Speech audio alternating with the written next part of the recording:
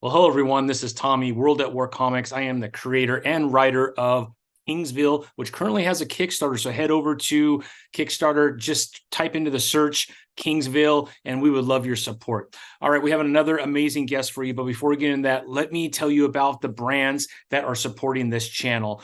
First, I need you to subscribe and hit that ring bell before we get into that. Please, it helps out the channel. All right, our first brand is Cien Chilies, CIENCHILES.com. Cien Chilies, the best hot sauce you could buy. Go to cienchilies.com right now. If you love hot sauce, you're going to love this. Check them out. If you use comics in checkout, you'll save 15% off your entire order.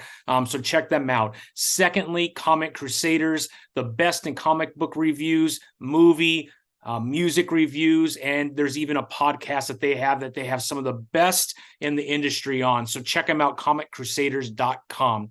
All right, without further review, we have Josiah Golojuh. He is the writer and creator of Young Zombie that currently has a Kickstarter. You can look in the description of this podcast and you will see the link. Go there and support them. I think they got about 9 days left, but this is an awesome comic book. I've already got a look at it and I think you're going to love it. It's fun. It's a horror slash thriller. You're just going to enjoy it. But without further ado, let's have Josiah tell us more about it. Thanks, everybody. Well, hello, everyone. Welcome to the World at War Comics podcast. My next special guest is Mr. Josiah Golojuh. Josiah, it is a pleasure to meet you. Can't wait to talk about your new comic and everything that led up to that, if that's all right. Absolutely. I'm looking forward to it. Thank you for having me. Yeah, absolutely, man. It's awesome. So before we get into your current comic book and some of the stuff that you're working on in the near future, I would love to just learn a little bit more about you. Like, did you grow up around comics? Are you a little bit newer to comics? I see Star Wars pictures, so I have a feeling that you've been doing this for a little bit. Well, it's funny that you say that. So I did grow up with comics, and this is our office. So it's like you see comics. It's like the smashing together of like my world and my kids, like their toys, and then the collector. Right? You have the collectibles behind you, but the collectibles are outside that wall to my left here. That's our garage where the collectible stuff is. So it's like kind of like and it's like little vault area there. Yeah. But there's certain things the kids can't play with. But that's all to say. The Star Wars poster you see there is my original Star Wars poster from when I was a kid. So the other stuff is like stuff that's been acquired over the years. You see an animation cell for Ewoks, the Star Tours ride poster. This is from Star Wars in Concert a few years back. That was a fun one. Anthony Daniels hosted at the time. That was a really cool thing to go to. Super fun. Cool. And I remember I don't know if my wife and I were married yet then, but she got sick and she couldn't go. So I got to go with a friend of mine, Josh, who I grew up with. He was a childhood friend. Nice. And I wasn't even intending to bring him up, but it's perfect because when we were kids, he and I were we grew up in Pennsylvania together. I'm from Pennsylvania. Yeah. Now I live in Southern California. Yeah. And Josh was the only other kid that was into comics. No other kids were in the comics. This is the early 90s. Comics were like, this is right before that explosion, right? And then they got really popular. But in the very early 90s, when it was starting to get popular, and I sort of latched on, and I think first through trading cards. Yeah. There was a gas station down over the hill. So I lived in the woods, and you could walk down across the railroad tracks, across the bridge, and there was a little gas station there that had like baseball cards, cigarettes, bubblegum, candy, what we call pop in Western Pennsylvania.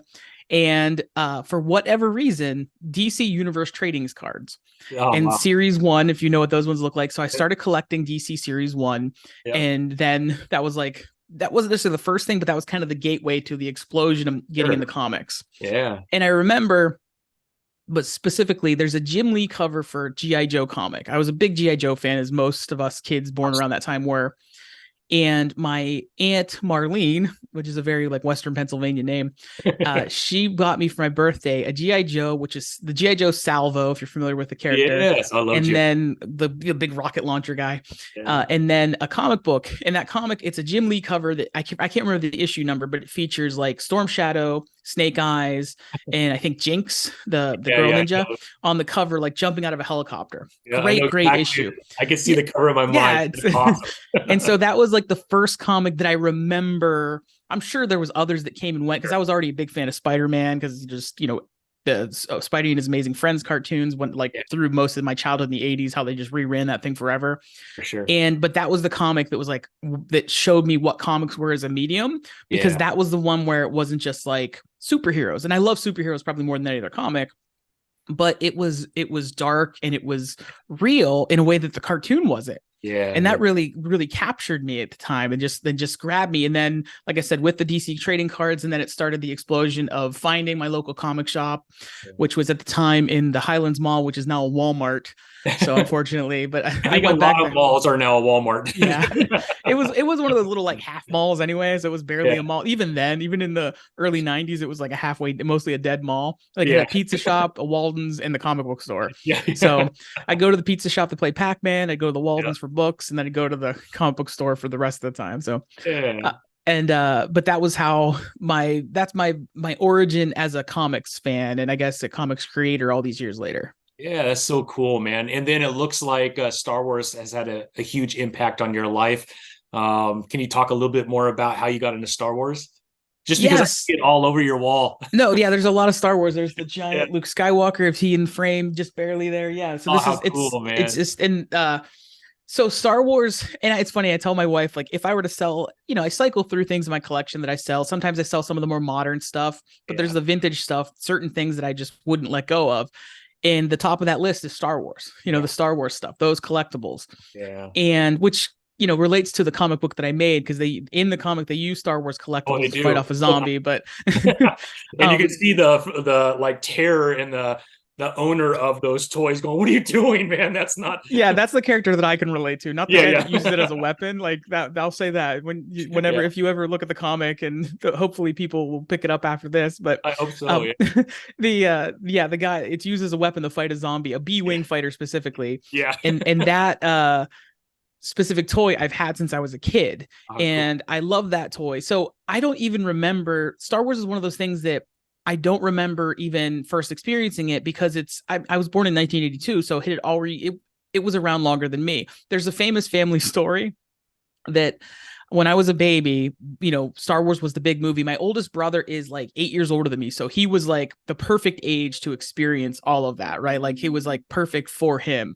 And a lot of the things that I love, it trickled down from him, like Spider-Man, all that stuff. It's because of him. G.I. Joe, even those things that I love, it was because he loved it first. And my other two brothers were the kind that, like, they were kind of into it, but they kind of moved on with life. I didn't. Even my oldest brother kind of moved on with life. I didn't, but he was more attached to it later on. Like, he would still, he would still be interested in seeing the movies and all those things, where my brothers would be like, I don't care anymore, whatever. The other two brothers.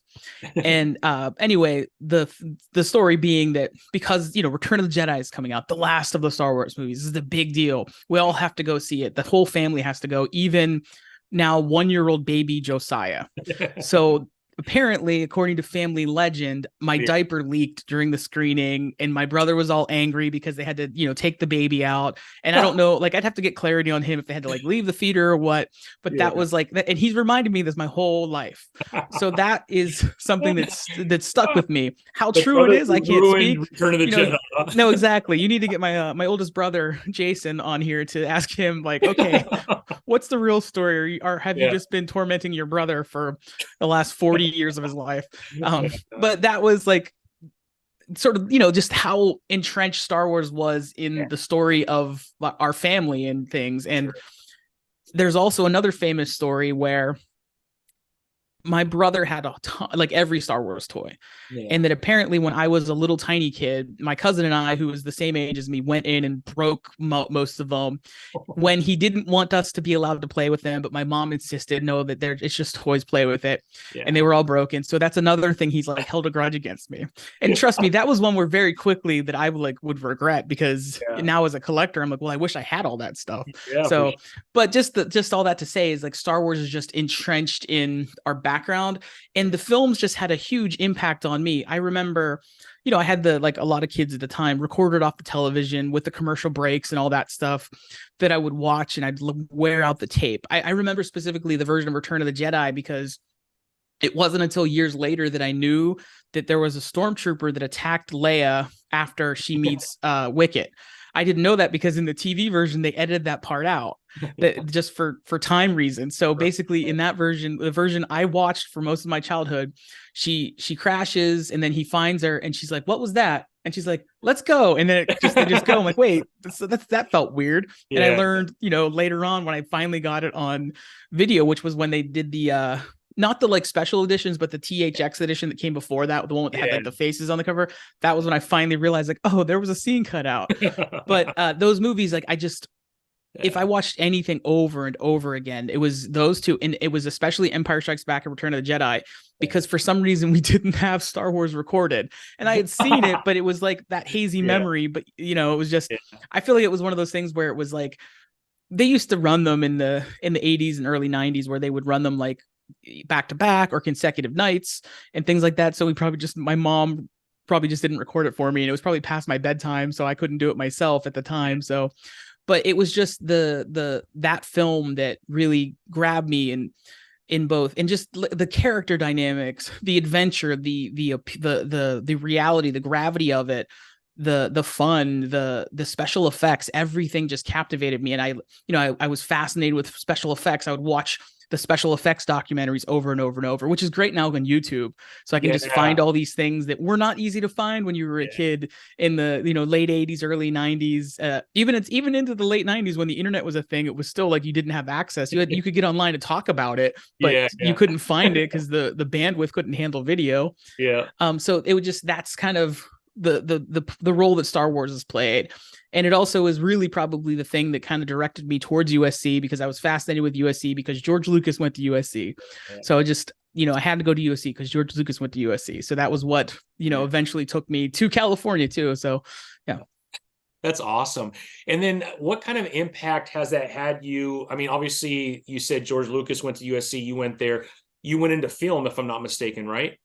So kind of not exactly. So I did, and I love film, but I went to USC and I was not accepted into the film school. And so my undergrad degree is in history. Gotcha. And so that was a sore point for me as a younger man, that I didn't get into the film school, but I still loved USC at the time and was, happy to have gone there. But I was a little bit of a regret that I never got into the film school. So I focused on my history degree. And which, interesting enough, I still made it about film. So I studied I was writing what was, if I was going to go to grad school for history, I don't know what you call it, but I wrote the preliminary paper that would become like your dissertation. Gotcha. And it was like my last project at undergrad. It's like kind of how they do it, at least with the history program that SC had at the time. And so I did all this research and wrote about Charlton Heston and his films and the politics in his films.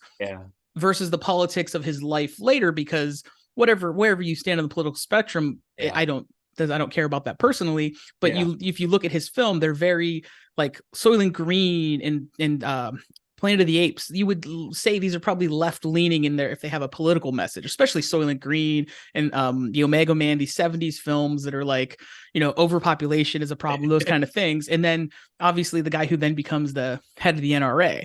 So that seems like in conflict, but he's also the guy that in the 60s marched with Martin Luther King. So, exactly. I guess it shows you maybe our political ideologies are more complex sometimes than modern discourse lets us have. But I was just really interested in that, and examining, and then that's not even including like his biblical epics. So that's what I studied in history. So even when I was studying history, I was still studying film. So I mean, that is fascinating. Now I need to read your dissertation. That sounds I've got to find. I wish I probably still have it somewhere, but it was there was a great resource. So one thing about Charlton Heston, he like published journals too. So he has published journals that like were day by day. Some of it's just mundane stuff, but some of it's really interesting into insight into what he was thinking, especially when you're reading during the time of like making Ben-Hur and 10 Commandments and stuff. It's really cool to read. And then sometimes it's just like, I played tennis with this guy, but it's, and then beyond that, the stuff that's not published, I had access to it. Anybody could get it, but I had access to it because one of my teachers was working on a book related to like Hollywood and all these people. And his was much more expansive than mine, was just focused on Charlton Heston. But he had access to a lot more of Heston's journals and stuff that were unpublished. That are on archive at the Academy Museum in LA, and anybody can go. You just have to like register a time. You can't take anything with you, but you can like transcribe anything or anything like that. So I had access to, the cool thing was I had access to everything without doing any of the work. So my professor, because he was going to use it, had already done all the like, or he probably had somebody do it for him, I'm sure, like a TA or something.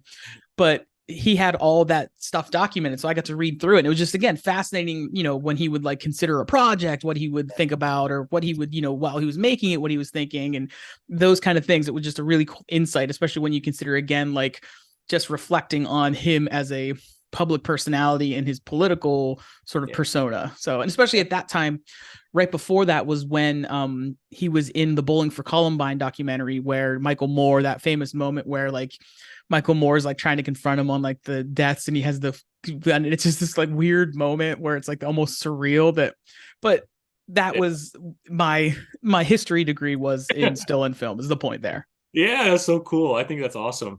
And especially to have that kind of an attitude, like obviously you were disappointed, but you made the best out of it, and you still were able to probably learn a lot about film.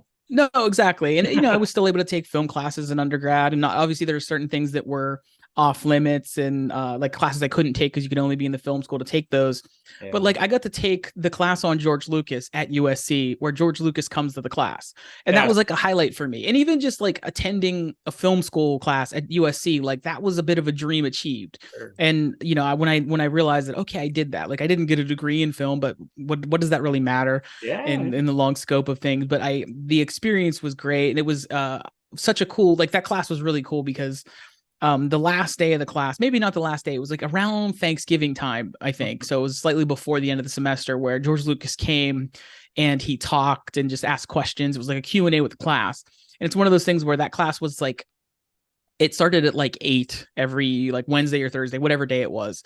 There'd be a lecture for an hour, something like that. And then we'd watch a movie related to George Lucas in some way, and it was great because you're in a real theater at USC. So you're watching like real quality film prints, not like some film classes which I've had in other situations where it's like, let's pop on this pan and scan VHS copy. Then you watch. This was like legit, like film projection. So one of the cool things that happened was we're watching The Empire Strikes Back, and it's my favorite Star Wars movie by far, Empire, and we're watching it, and it's coming up on the last reel, and it's a room full of film school people, so they know it's the last reel.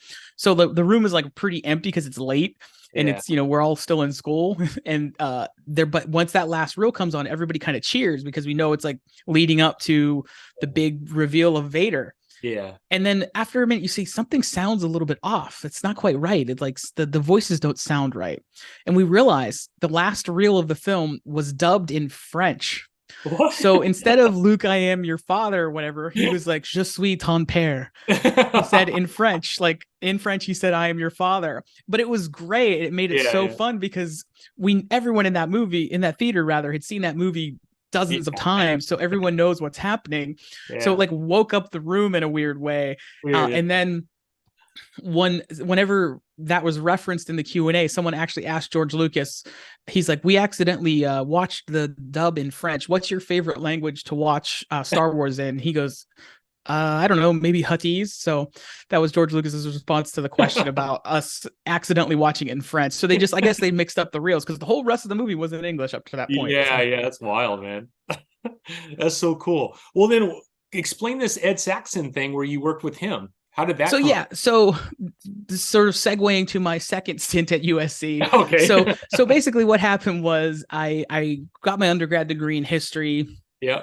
I went and worked for a year in Colorado with a home for troubled teens. So I did that for a year, left Los Angeles. And then after that year, in between college and like whatever's going to happen with the rest of my life, I decided, to figure out what to do. So I came back to LA, and I was still not sure what to do. And so I was reading a lot of Hubert Selby Jr. And Hubert Selby Jr. is a great writer. If you don't know his work for his books, you would know him for Darren Aronofsky's Requiem for a Dream.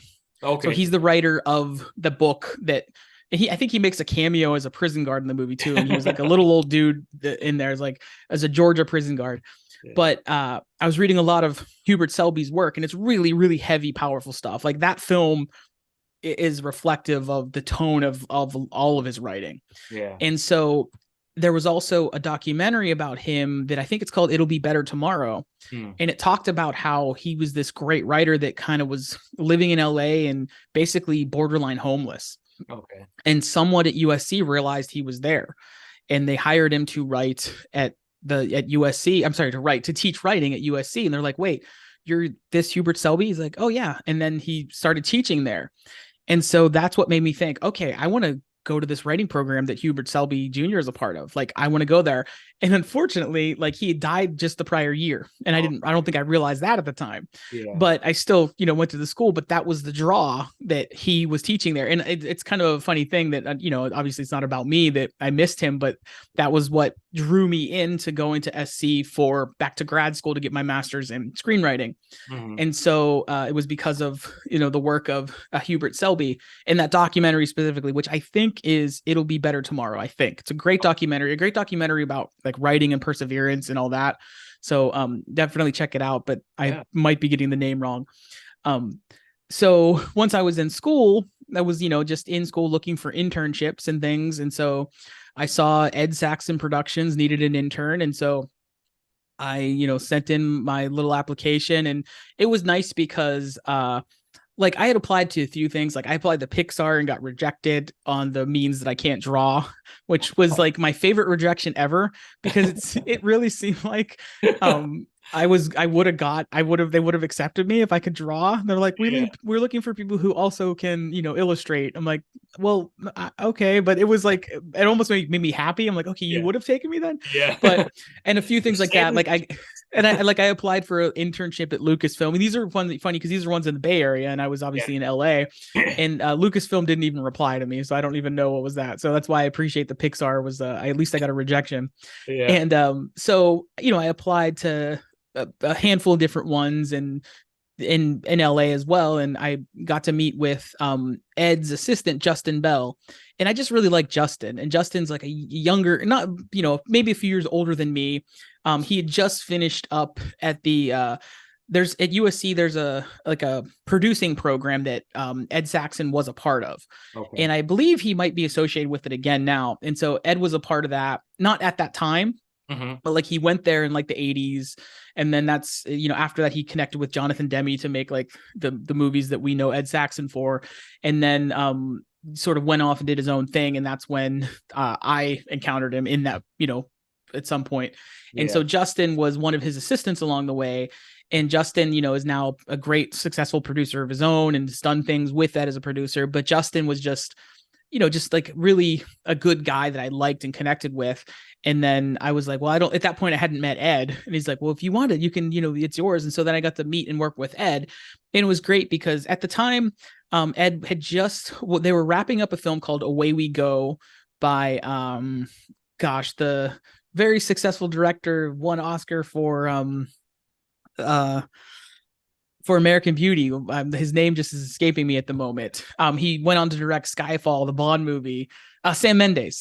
So it was one of his lesser known movies, Away We Go. And it's just about like parenting and all that. And it was David Eggers' movie. So it had all these, like people that were like hot at the time, but it wasn't a huge movie, but it was cool to come on to see the process of them wrapping that movie up. Yeah. And then when I was there, I was basically a development intern. So I was just getting to read a lot of scripts and talk with Ed about story. And I would, give my feedback and just like learn a lot by just talking to him. And it was a really cool experience. I was really good at that and really bad at operating the phones. And I remember once Justin was away and Ed was like on vacation. He had a really important call coming and I had to connect it through, I was in the office by myself. I had to connect it to him in like the Bahamas or whatever, place where rich people go. And I, of course, screwed the call up and dropped it. And then I finally got back to like Ed. He's like, it's okay. He was like mad, but not like, like not holding it against me, but like, like frustrated, mad. And like, he was, nice, but he's like, it's okay. They got a hold of me. I'm like, okay, I'll just get back to giving you notes on this script. Like that kind of thing. But it was really cool. I worked for him for about a year and just like learned so much. At one point, I got to actually hold. So those of you who haven't Googled Ed Saxon, Ed produced Philadelphia, Silence of the Lambs, etc. And with he was basically Jonathan Demme's producer at that time. And I got to hold the Oscar for Silence of the Lambs. So that was pretty cool. That was a highlight. It's just casually on his next to his television in his living room Like a paperweight like or in something. Malibu, I think he lived, I forget, or Pacific Palisades. It was Pacific Palisades, like in that area of like LA. But it was just cool to like, oh wow, this is the Oscar for Silence of the Lambs. But like one thing I was always fascinated, I would always talk to him about Philadelphia. That was my favorite movie of Jonathan Demme's, and I thought it was just really interesting how, I mean, it probably still holds up today because it's basically about how a character who's essentially a bigot against, like, he's not comfortable with Tom Hanks's character being gay, but yet he feels like there's a moral wrong for why he was fired. And it's like learning, it's like really a movie about like learning to live together despite maybe our differences. And I thought that was really powerful. There's especially that scene where I said, the better, I said this to Ed, I said, I think the better actor in that movie is Denzel Washington, not Tom Hanks. Tom Hanks is a great actor, we all know that at this point. We knew it, we were starting to learn it then, I think, right? That was like maybe his first Oscar, and then like Forrest Gump like the next year. But if you watch Tom Hanks in that, there's that scene where he's like playing the opera music and he's all dramatic and he's all like telling whatever story he's telling, and it's all serious. But then you have Denzel Washington, who just has to like be the stoic one and respond to all that. That's the hard performance. That's the challenge. Like, it's easier to like chew the scenery in a good way, chew the scenery. It's like a bad connotation, but, and I would just talk to him about that scene. Like I had probably a dozen conversations where I'd bring up that scene and he probably like got sick of it, but it was a great experience working with Ed. And like I said, it was just cool to hold the Oscar, because that Silence of the Lambs was also filmed in the Pittsburgh area. So one time I had a substitute teacher who was like an extra in that movie. So that was like a highlight for me when I was a kid that I got to know. So like, like that was my getting inches closer to having a personal connection to the movie Silence of the Lambs. So that's so cool, man. Well, did you do anything with film after that year, or is that when you started getting in more into comics, like writing? So it kind of was a little bit of a combination. So like my degree is in creative writing and screenwriting specifically. So that was my focus at the time. And I kind of kept that focus for a while, wrote several screenplays, and was on the periphery of the industry, mostly working as a PA on different projects. And right out of grad school, I got a job on a web project for a line of like a website for a line of dolls that was like supposed to be like the competition of Barbie slash Bratz. Bratz were those big eye, like now there's a lot more dolls that look like that, but at the time there weren't that many. All look like that now. Yeah, no, exactly. Like now that style is everywhere, but at the time it was a little bit of a novelty. And I wish I actually kept some of the dolls in retrospect, now having daughters all these years later, because they would love those dolls, and they were cool dolls, the ones that they were called the Live Friends. And I was hired as an assistant for a guy named Blaine Grayboys, and Blaine was like the executive producer on this big web project. So basically, they're building out the web infrastructure so you buy this doll, and then the doll gives you access to all the features on the website. Like you can, do all kinds of stuff, virtual closet, all these things that probably are more common now, but it was like newer then. Still, this is like around 2009, 10. So, or 2008, 9, 2009, yeah. So right after my time with Ed, and like right after I graduated. And so that I was hired as an assistant, and I kind of worked my way up to become a producer on the project. I was producing the voiceover on that, and also in French, ironically, which is kind of funny because I never made that connection to seeing Star Wars in French, but I was producing the French. And although I did study French in high school and in college, I don't speak any French really. Like, just I can say je ne parle pas français, which is I think a bad version of I don't speak French. And so I can just, say enough and recognize enough words. And I have a sister-in-law who's from Gabon, Africa, and she, her native language is French. So I'm like, oh man, I wish I had studied it more. But point being is that working on that project, I produced the voiceover. I produced the translation of the website into French, because it was the company was I was working for the web company, was hired by the toy company Spin Master. And Spin Master was, they wasn't our like out of Canada, so they always want things in French and English because the Canadian audience is significant to them as well. So we were doing the work in both languages basically, and so I was helping to get the website translated, where I work with one of the voice actresses we actually hired her to then translate everything into French on the website side. So I was doing that kind of stuff. And that actually was what got me into the Producers Guild. So that project was, thanks to Blaine, I was able to get into the Producers Guild. So I'm a member of the Producers Guild. And the best thing about that is, though, you get the screeners, which has transitioned, though, now to being purely digital.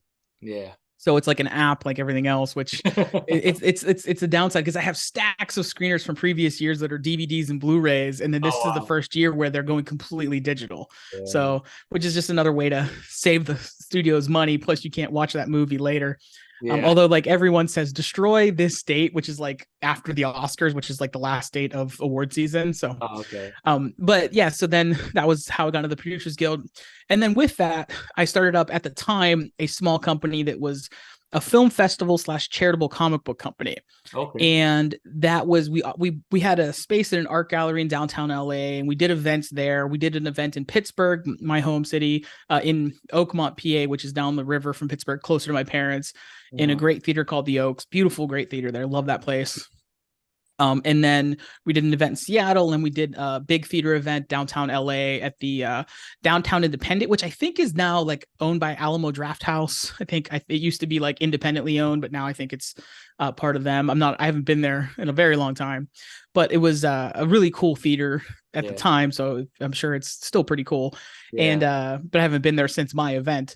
And, so I was doing that in the comic book film festival, kind of like related thing. And we would feature mostly short films that could then become comic books and things like that, and graphic novels. But that was just kind of a financial struggle to keep it afloat. So then years later, that was kind of died off, and which is actually, that company is the origin of the comic book that I'm releasing now, because the concept was first come up with then. Even a lot of the art was generated then. But then when the company went under, like, just, my motivation to finish my comic book went with it. So for sure, that makes sense. I mean, what do you do, right? Yeah. So now we get into comics. What I would love to know, with your background and everything that you kind of shared and your experience with film, producing, Ed Saxon, what of that can you take away that is helping you now on the comic book side as a writer? Like, are there some like similarities, like this really works in this format of storytelling as well?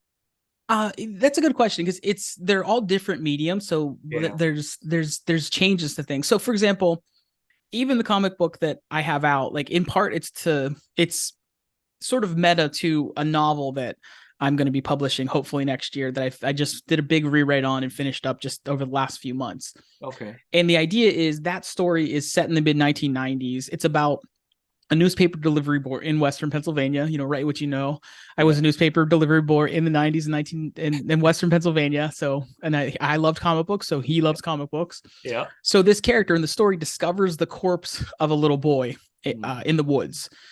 And something horrible happened to this little boy. So he has to then uncover the horrible truth that did happen to that boy, as the boy proceeds to haunt him through the story. So there's a bit of a supernatural element to it. Yeah. And it's dealing with really dark, heavy things. But the way I've always processed sort of that stuff is through, the bright and colorful things you're surrounded with, the action figures, the stuff that's behind me, the posters and things, and the action figures that are over there, all that stuff that's helped me, these allegorical stories, or even sometimes stories that are, like, I remembered very vividly, reading, like, as a kid, like Watchmen and things, that really, it's a superhero story, but it deals with like the worst realities of being a person head on too. And as a kid, that felt like I would get in trouble for reading it. I was like, I shouldn't have this comic. It was so, there was, the dark side. It was so heavy and real. Yeah. And that was, very like revolutionary in Josiah kid brain. Yeah. And so all of that to say, that story deals with that dark stuff in a heavy way. And that originally started as a screenplay project at USC. Okay. And so I wrote my way through the whole story. So the story more or less stayed the same from beginning to end. But as I wrote the screenplay, I realized, there's just things that parts of the story that you can't tell in that medium as well. Yeah. And honestly, there's things that would maybe work better in that medium because there's visual moments and things. Sure. Whereas in the prose novel, you can dig into things, you can jump into characters' heads, you can get insights, you can have more about like the meaning of things. So what as say the comic book that I have on Kickstarter right now, Young Zombie, that is part of the fiction of that world. So in that world, they love Spider-Man, they love Night of the Living Dead, they love Spawn, but they also love Young Zombie. They also love different characters such as the Grim and the Golem that only exist within that world, because when I wrote through that first screenplay, I wrote all these references to very specific real characters. Right. And I thought, well, if this ever got made as a screenplay, I don't know that, this is before Disney owned it. I don't know if they'd be okay with this. Now Disney owns Marvel.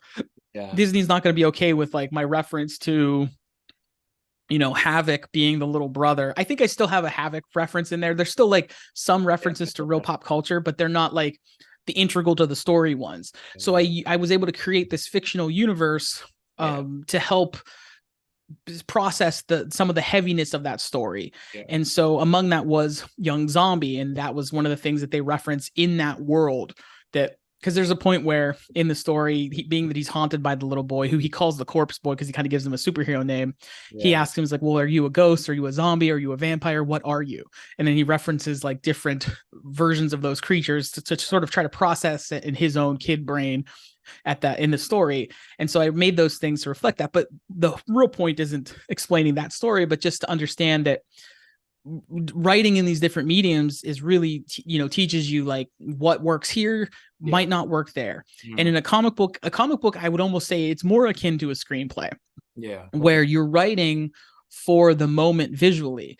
Like one of the things that I was kind of taught in grad school about writing a screenplay was, you never want to be explicit in your camera direction, because, unless you're directing the script yourself, you're going to have a director who has their own vision, their own mind, especially if you're not like, if you're writing a script on spec and you're going to then, try to sell it and they're going to direct it off there. If you're working with a director, that's a collaboration. It's a different process. But if you're writing on spec, you can't write camera angle does this or that. You don't want to do that because they won't want to see that. They're going to say, no, I'm going to determine what the camera does. So one of my writing teachers would say, you try to write it in such a way that you're directing their eye without letting them know you're directing their eye. You're still creating those visual moments in that way. And I think that's really helped me understand writing comic books, and honestly reading comics through all those years helped me understand those moments, like thinking of Jack Kirby's stuff and comics like that. And, Jim Lee in the 90s, these great moments that things happen and then boom, this powerful visual that then holds you and grabs you. It's kind of a similar thing in film and creating that. And I think that really learning that process through writing informed it. And with Ed, I learned a lot just of understanding how character motivates story. And we would talk about that a lot. And I think even when I talk about that scene from Philadelphia, you could strip away all the fact that it's about a gay man with AIDS, which was a big topic at the time, and just like two people who see things differently and yet work together because a wrong was done. And when you sort of funnel it down to that, it's just about these characters and understanding, oh, okay, it's just who they are as characters and individuals that motivates the story. And then you can start to think about those visual things. You can have like, the dramatic moment where Tom Hanks is doing the opera, selling the story, where, you have like him in stoic Denzel Washington just trying to process it. And he like goes home and just holds his wife after that. And he's still in his suit, like, a very powerful moment, but just, sort of like still distilling it to the reason that matters is you care about those characters. And so then creating these visual moments around those characters is really what comic book writing, I think, is. And in my comic, it's funny, like I was talking to Bill Mouse about this, who did one of my alternate covers, who drew Zen in the 90s. And I was saying, well, do you prefer if someone gives you a directive script that says, draw this, draw this, draw this, or do you want its freedom? He's like, either way. He's like just a chill guy. So he's like, I've done so much over the years. And I think, I guess it depends on who you're working with. But like, for example, when I wrote the script for Young Zombie, I had a somewhat directive eye of like, these are the things I wanted to see. And I put it down panel by panel. But then as the artist did it, who, Kai, my artist, is a storyboard artist. And Kai found shots and images that, like, sometimes I would point to them, but the ones that Kai came up with were even better than I thought. Like I said, the room is full of Star Wars collectibles and the character's lying on the bed or something like that. And in the image in the comic, it's from above down, so you can kind of see some of the collectibles like hanging around the character. And I was like, oh, that's better than what I would have come up with. So it's, sometimes that collaboration with I'm a visual person, but I'm visual through words, whereas they're visual through drawing. So yeah, that's awesome. Yeah. And then, I think that collaboration between the artist and the writer is so crucial in this genre because, right, the art needs to tell a large portion of the story as well, because you're limited by panels and then you're limited by word count, right? Not an actual word count, but I mean, obviously you can't have a novel written through a comic, right? So you need to really lean on your artist. Was that something that was easy given your background, or a little bit more difficult? I think that part was pretty easy. I would say, just because, and especially this was the first comic I created in this regard. I created a few for my other company that were like, they were comics that I did for like the live events. So we had one that we did that we had for Pittsburgh, and like it was like it was like a sort of a Tales from the Crypt type comic, where it was like had a character called the Projectionist who hosted the comic and then told stories in a movie theater. But the cool thing was it was actually set in the Oaks movie theater, so it was set in the theater that then you would be getting the comic. And then it told like a couple zombie stories. And so within that, like that was sort of like a one-off. But with the various projects I worked with, especially like producing the web stuff and producing in general, like I've mostly done smaller projects and things and over the years, and never obviously any of the big movies that I would absolutely love to work on. But working on the smaller stuff, even just a web project, it's a collaborative thing. I'm working with different people in different capacities. I'm working on doing, the voiceover in English, and then working on with the French voiceover crew. And then so that's like just that alone, juggling those things. And just any of that as a collaboration. You're working with people managing assets and different kinds. So I think that was always easy for me. And I find that energizing, frankly, especially as a writer. It can be very isolating. When I finished the draft of that novel, like I just posted on Facebook, today is the 1-year anniversary of me finally finishing. It's called The Paperboy, the novel, finally finishing the first like full draft of that. And I completely rewrote it since then. And so, because the first draft was very graphic and adult, like it described in detail all the things, and I wanted to be a young adult, approachable level. So I would say I want to say, it's funny because I didn't like censor things. I would say, and I left it more open to the imagination, rather than like sort of the Stephen King approach, where like this is the graphic grisly thing that happened, and he's a brilliant writer, but like it's very different what I went for. And I think it works better for that. But all that was very much in isolation, and just like, I'm sitting here at my computer, but not looking at another person talking about it.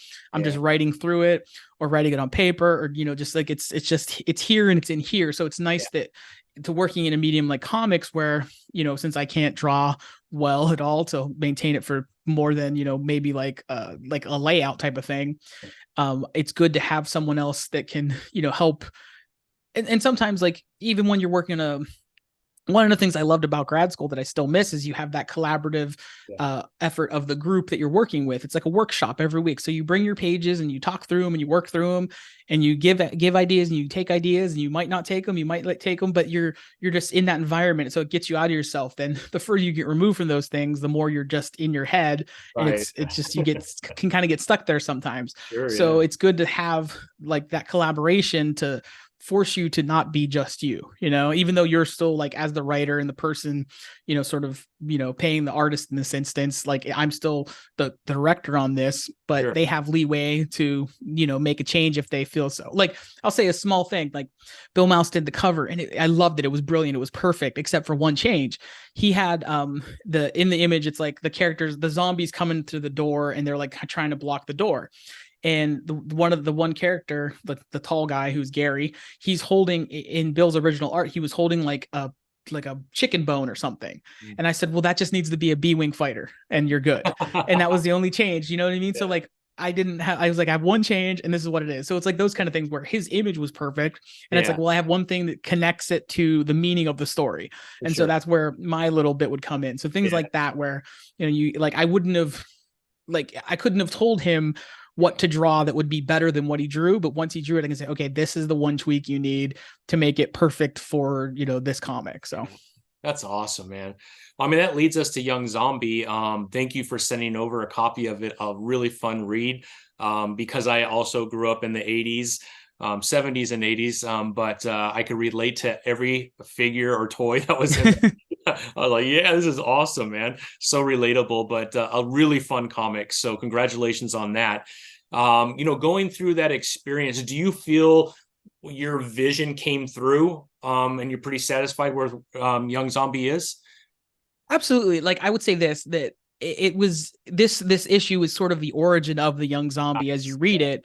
And I definitely, there's more I want to tell. And that's the reason why, like, this was a, you know, like I said, this was a concept that was several years ago with my old company.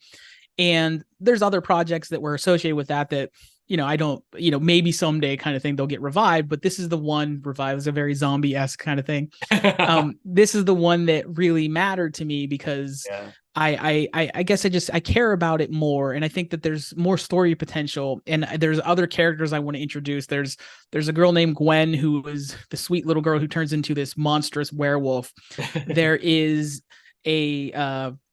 and she has a little cat, by the way. So it's kind of the joke that, like, you have the one, you know, the werewolf who has a pet cat, and then kind of like the zombie and his dog is the Gary and his dog Ernie. And so, and then Frank, you know, his outcome in the story. I'll spoil it. Frank might end up dead, or maybe we don't know, but highly likely. And if he does end up dead, he might end up a ghost in future issues. Sort of very inspired by that character. Was very much meant to be inspired by the friend in American Werewolf in Paris, who the first person he mauls and kills, and then like just like comes back as this rotting ghost corpse and just is like egging him on the whole rest of the movie, which is just like one of the best characters. I love that. So yeah, so that's like that's who he's meant to become. So that might be a spoiler for what happens to him. But and so then there's also, I have an Akita, my dog Akira, and he's a big stoic, strong personality. And I have the idea for a monster hunter who is an Akita. So I have all these characters that just, you know, I couldn't squeeze into the first issue, but there's definitely more stories to be told. At one point, I actually pitched it to a cartoon production company, and I had a few different ideas that I pitched, and it was the one that they most liked. And at the time, they didn't this was before streaming. Like, Netflix was like streaming, but it wasn't like it is now, you know, like the content wasn't like the explosion of content.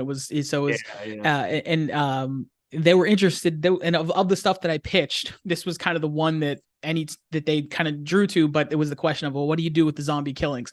Because part of my thing is, this is meant to be something that would be accessible by someone who's young and it wouldn't offend them, except there is bloody zombie killings. You know, it's bright red, gory cartoon blood, but that was kind of like one of the things I wanted in it, where it would be, you know, it's like family friendly with a caveat kind of thing. So I feel like today, with some of the cartoons I've seen, this is like not even close to what's already out there. So I feel like if you were to redo that, you would be in much better shape when it comes to that question. I think you're probably right. Right. And it was because it was one of the things where they gave me an example how they're like, oh, we had someone else pitch zombies. And this is the cartoon I don't think ever happened. He's like, but we turned them into frogs. Like, okay, so like, what? And so who is he eating? Apples to apples there. Yeah, well, and there's like, because he's like, well, we could do the killing off screen. I'm like, that's a possibility, because I'm like just trying to like, okay, let's make this happen. Yeah. So, but it was I wouldn't say like almost happened, but it was the one where there was like, you know, some like real connection with that story. And this is my like stereotypical bad Hollywood story where the meeting's going great. I have like, we went through like some of the quote bad ideas, or the ideas at least didn't connect with this executive guy. I don't remember his name. I would say it. I'm not like withholding it. I just can't remember. And so then all of a sudden his phone rings, and I'm like, oh, and he takes the call, and it's like about the dry cleaning. And then like, and he's like, he gets back and he's like, oh, where were you? And I'm like, I don't know. And I was just like done because like I'm not great in those situations. I get It took super all the nervous. I've air always out of been, the yeah, whole. like I'm really bad at pitching. Like I one thing I learned, I went and saw JJ Abrams talked at the produce. I went to the Producers Guild has like a conference every year, and I've gone every now and again. Like I saw Kevin Feige talk, which was really cool. I saw JJ Abrams talk once, and one thing I learned of why JJ Abrams is successful is, set aside his talents as a filmmaker, is he's really good as a pitch person, and he even admitted as such. He said, I'm really good at that. He said when I was a kid, his dad was in the industry and he would make TV movies, but he would be playing in the room next door with his toys, and he would hear his dad, like it'd be me in my office, and if my kid was out listening to me, she'd like, when I'm grown up, I can do an interview on comic books. But but JJ would listen to his dad pitch TV stuff just all day long. He would be on the phone, making these pitches to people, and he would just listen to what he did and what he worked, and he just soaked all that in, so that he's great in the pitch. That's why when you see him in interviews, he's just great and dynamic. You could think, oh man, the dude ruined Star Wars or not. I don't care. It's a different debate topic, but he's just like when you listen to him talk, you're like, yeah, JJ Abrams make every movie. Go ahead, like he's that guy. And it's funny hearing him tell that story at the Producers Guild conference. I think it's called Produced by the conference, and he was just sharing that how listening to his dad taught him how to do the pitch. And I thought, well, my dad taught me how to hang drywall, and I'm not even good at that. That's awesome, man. Well, it sounds like a Young Zombie will be an ongoing title then, right? The hopefully, yeah. At least I have mapped out through the first 6-issue-ish arc. I have that. It's kind of funny. There was a version of it that would be the original cartoon pitch where I laid out what would be the episodes that would then hopefully become the rest of the series. So the continuing adventures of the Young Zombie and his other various monster friends. That's so cool. And is the idea that hopefully you get to 4 or 5 issues, you create a trade, and then that becomes your screen that you're writing that you take to a film production or an animation company, and then that would be great. And I'll say this, I'd never conceived it as anything other than a comic. It was pitched as a cartoon, but it was conceived first as a comic, and then okay, let's see if we can make it something else. It was not one of those things where it was conceived as the pitch, and I have no problem that people that do that. I understand. I've been in the industry. I understand one of the discussions that happened in that pitch meeting before that call came up was, these are, if these aren't properties yet, but if there are properties, he would be more interested in them. They don't need to be big popular properties, but if they're properties, and that, that's I think more the case now than it was, sure. 6-7 years ago, whenever that my daughter is 6, and that was before she was born, so it was at least 7 years ago, probably 8. I just whenever I was still had my old company, was pitching these things. But I'll just say it wasn't intended to be that, but it absolutely would be. That's the goal, to collect it into the trade, and then here's, you can have the just me as a fan. I don't read individual comics that much. Just the older you get, it gets harder to do that, right? So it's becomes oh, okay, it's now collected into a graphic novel. I'll get that, and it can go on my bookshelf, and I can read that in 3 years when I have time, that kind of thing. So but that would be sort of the end game. Yes, I guess. That's awesome, man. Well, then if I'm not misunderstood, it is a Kickstarter coming up for Young Zombie, or did you already start your Kickstarter? Kickstarter is live right now. How many days left on it? So how it ends December 30th. Oh, okay. So we still got quite a bit of time, man. Yeah, we have some time. What's today? Yeah. So there's still time. We launched. I say we. I guess we means myself, my wife, and my daughters. And one of the variant covers is a cover by my daughter. So she's going to do sketch covers, and then so I realized she's 6, as I said. So she's going to do a sketch cover. She loves to draw, and she drew me a zombie just on her own before this project ever was being revived. And then I had people asking well, is it, she's doing a sketch cover variant, right? So she's doing actual drawing on the sketch covers. And then someone's like, well, why don't you just, have her have a printed cover? I'm like, oh, why did I not think of that sooner? That's So cool. like there's her sketch cover version, which I'm probably gonna cap because I put it at 10, but 10's like way too many for my poor little 6-year-old to draw. She loves to draw, but I think so far 4 people have backed that, so I'll probably cap Nice. it like once I sell like one more, Yeah. and then watch, she'll draw like 2 dozen of them just because she wants to, knowing Yeah. her. And then what I'll I also added a reward just yesterday where it is her zombie cover. And Nice. so you can see there's like one that clearly looks like it was drawn by a child. So you can get Bill Mouse cover, Penelope Golojuh, my daughter cover, Rick Street cover. His is more like a sort of a muted pastel style. Rick is an artist I met when I was doing the other company at that art gallery in downtown LA. And he Yeah. has like really, really talented guy. And he's dream has always been to get his art published in a comic, and it just hasn't worked out. And he did this for me a few years back, and again, it just didn't happen at the time. So I'm glad that I can make it happen for him. And there's a couple sketches that Rick did that I found when this project was first conceived, that we were promoting it at a Comic-Con and it never went anywhere. But I was like, I didn't even know I still had these things. So I'm like, I put those as Kickstarter rewards. It even has the old title, which is I Was a Teenage Zombie.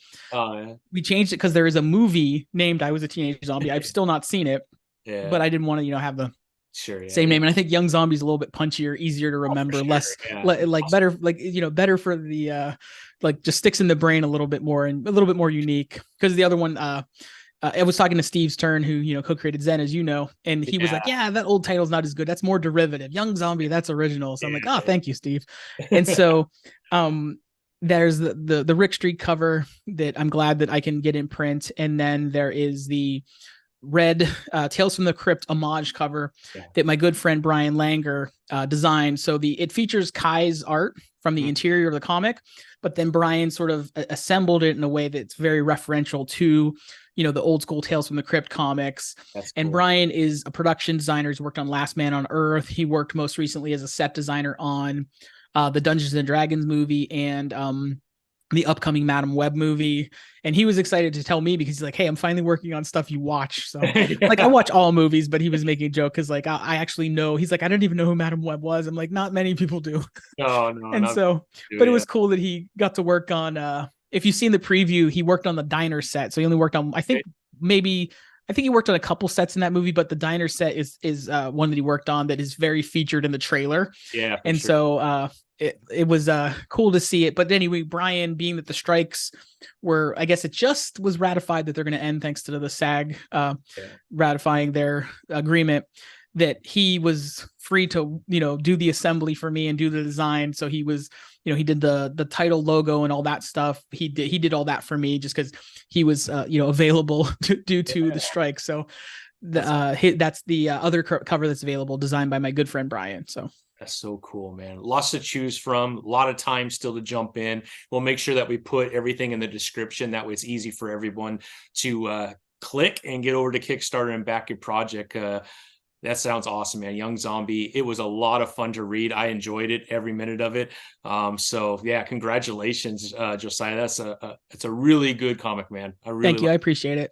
Yeah. And then lastly, just quickly, man, I don't know if you want to talk to it, but obviously you and I both know Steve, and he is the creator of Zen.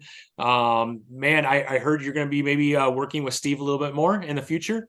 Yeah, so I'm going to be working on a prose story for Zen. So it's kind of cool. So it's kind of be Steve's done a few of these throughout the years of his own, and I think a few other people have written them as well. But it's basically kind of like you would know this. These were popular in the like late 80s, early 90s. The classics illustrated, but like not the comic book version from like the 50s, like our version where it was the book plus every few pages it was like an illustration of what was happening. And I love those at the time because I was a reader who also loved comic books. So those were great because it's like, oh, let's make this thing visual. So it's more appealing to, the Josiahs of the world. And so it'll be a Zen story in that realm. I kind of want to go for like my sort of all out, what would I do with a Zen story? And I'm going to have it be, I guess the tease is, I don't know if this will be the official title, but it'll be like at least the subtitle, it'll be Zen Multiversal Ninja. And so the idea is it's going to be Zen dealing with different versions of himself. And That's so so cool. sort of the multiversal stuff is really big right now. So that's kind of, and I just, yeah. And I think that the ways kind of Zen has been encountered throughout the years for me, it's always been like, Yeah. oh, there's the Archie Zen, there's the Bill Mouse Zen, there's the Dan Cody Zen, there's this, so it's like these, to me, it's always been like different versions of the same character that I love. It's like, well, what if they kind of hang out together in a way? So that's the story I'll be hopefully next year, just depending on when I focus on it, when we get time to sit down and write it. But I'm really excited. It was cool to get to, be offered to collaborate with Steve. And I'm also, so I have a YouTube channel, Josiah is Right, WRITE. And I'm working on, so Steve came down to my house and did an interview, and I interviewed Steve about the history of Zen. So I'm also working on like a Zen history with him. I interviewed Bill Mouse as well. That's how I got connected to Bill Mouse. It was kind of funny. I interviewed for him and I just like enjoyed talking to him. And then I'm like, hey, Bill, how about you do a comic book cover for me? So it was like, it works, man. I've met some amazing people doing a podcast. Man. Yeah. So I was just like, this timing works out. You're available, right?